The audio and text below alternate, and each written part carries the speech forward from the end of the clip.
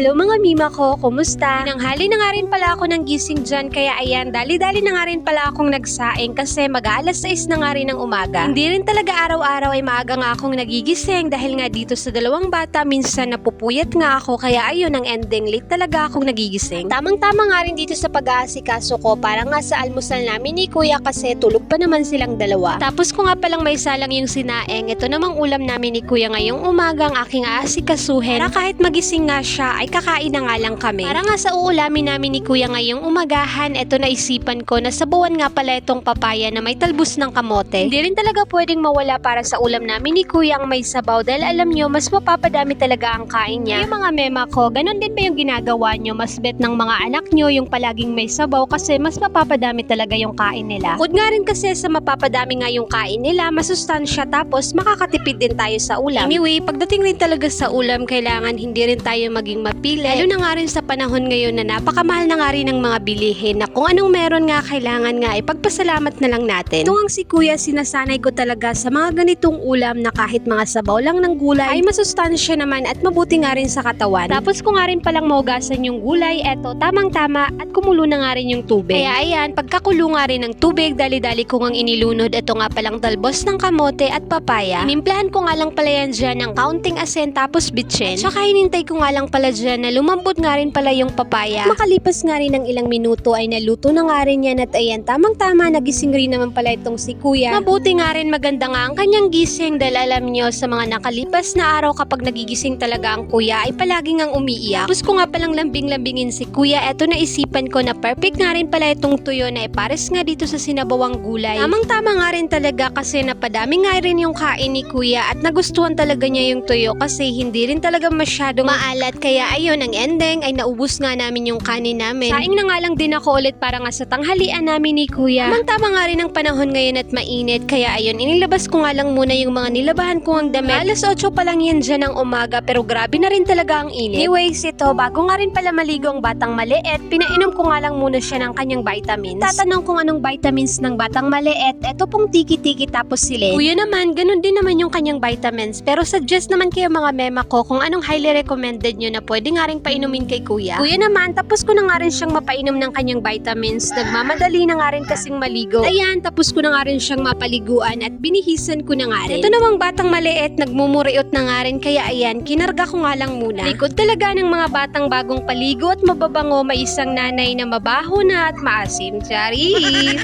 Oy, aminin nyo, tayong mga nanay, minsan huli na nga rin talaga nating asikasuhin yung sarili natin dahil mas inuuna natin yung mga anak natin. Nang kinagabihan naman, ito nga yung ganap namin, tinuturuan ko nga ang batang maliit na mag-close open at ayan, natututo nga rin siya, tuwang-tuwa nga rin ako. At ayun lang po muna for today's mini vlog.